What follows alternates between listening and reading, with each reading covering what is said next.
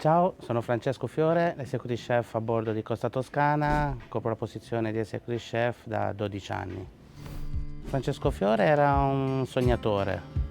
Vengo da un paesino della Puglia, provincia di Bari, dove non c'è il mare, e il mio sogno era diventare un executive chef di nave da crociera che non avevo mai visto in vita mia. Quindi era proprio un sogno che si è realizzato.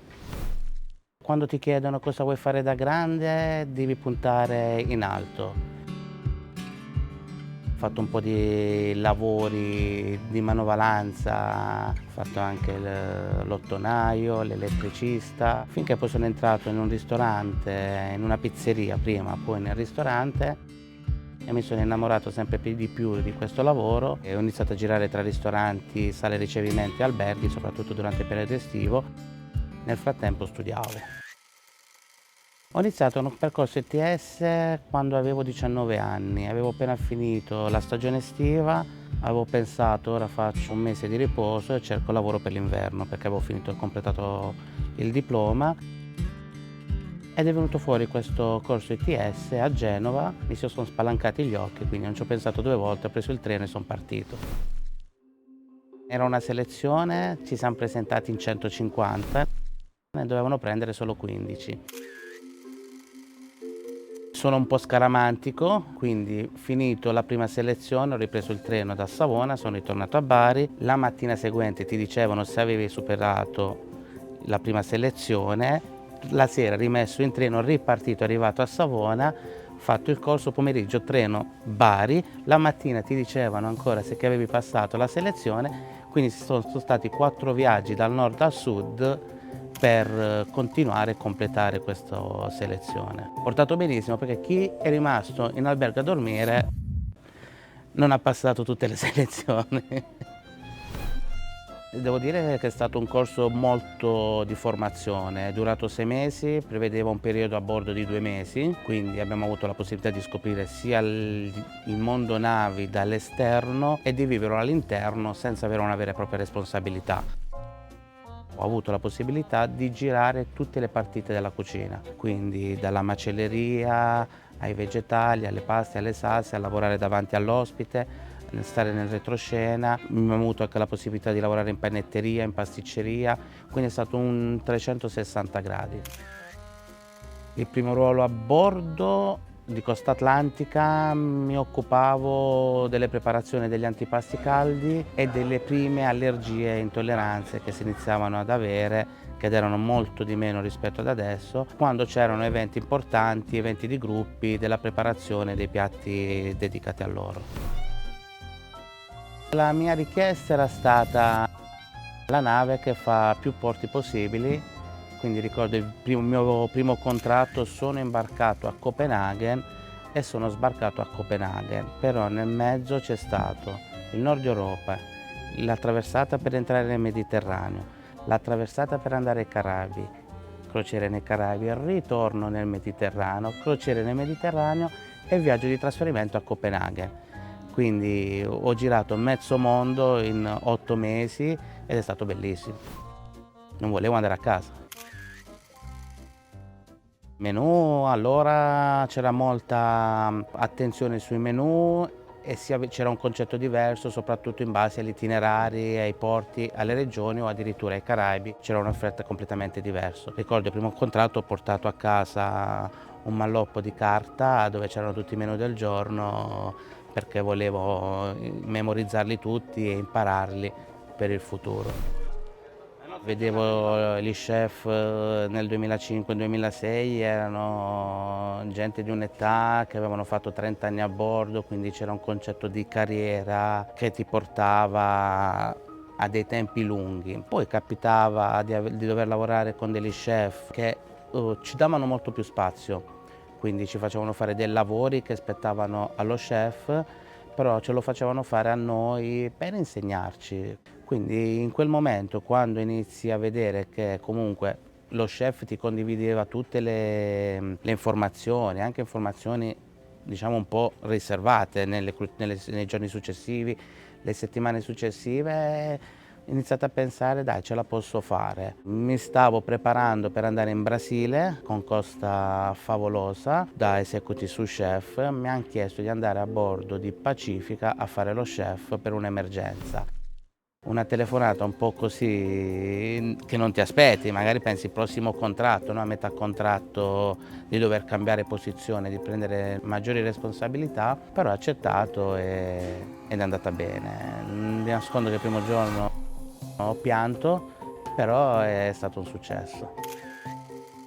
La parte più difficile è trasmettere tranquillità al team e mettere il team in condizione di lavorare bene, fare filtro, anche passare un messaggio sbagliato, qualcuno che ha sbagliato, di farglielo passare come un insegnamento, non dire hai sbagliato perché hai fatto così, cioè magari la prossima volta lo vediamo insieme e cerchiamo di trovare la soluzione migliore senza dover rincorrere un momento di stress durante la giornata o della crociera della settimana.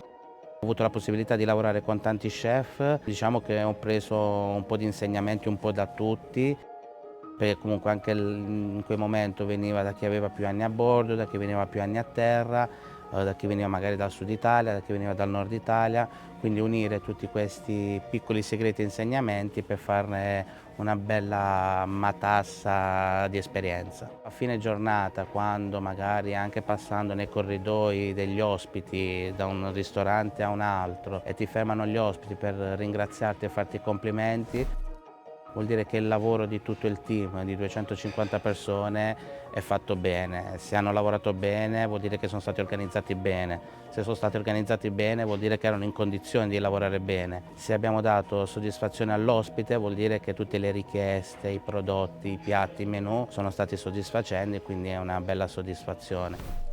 Non è più lo chef da un punto di vista che mette veramente le mani, però è, ripeto, è organizzare, mettere gente a lavorare con nazionalità diverse, con più contratti o meno contratti, quindi inserirli nelle varie partite, in far modo che la catena continui ad andare avanti. Su Costa Toscana abbiamo 14 punti di ristorazione. Abbiamo la cucina centrale e poi ci sono i vari ristoranti dove vengono indirizzate le varie preparazioni, completate le cotture per servire agli ospiti. Parliamo del Bella Vista, del Vigneto, della Maremma, dei vari ristoranti, ma la cucina principale rimane una. Poi ci sono tutte cucine di supporto per completare le preparazioni. Quando la nave è piena, tra colazione, pranzo, merenda, cena, più tutti gli outlet, il sushiro, la pizzeria, abbiamo stimato circa 70-80 mila piatti al giorno.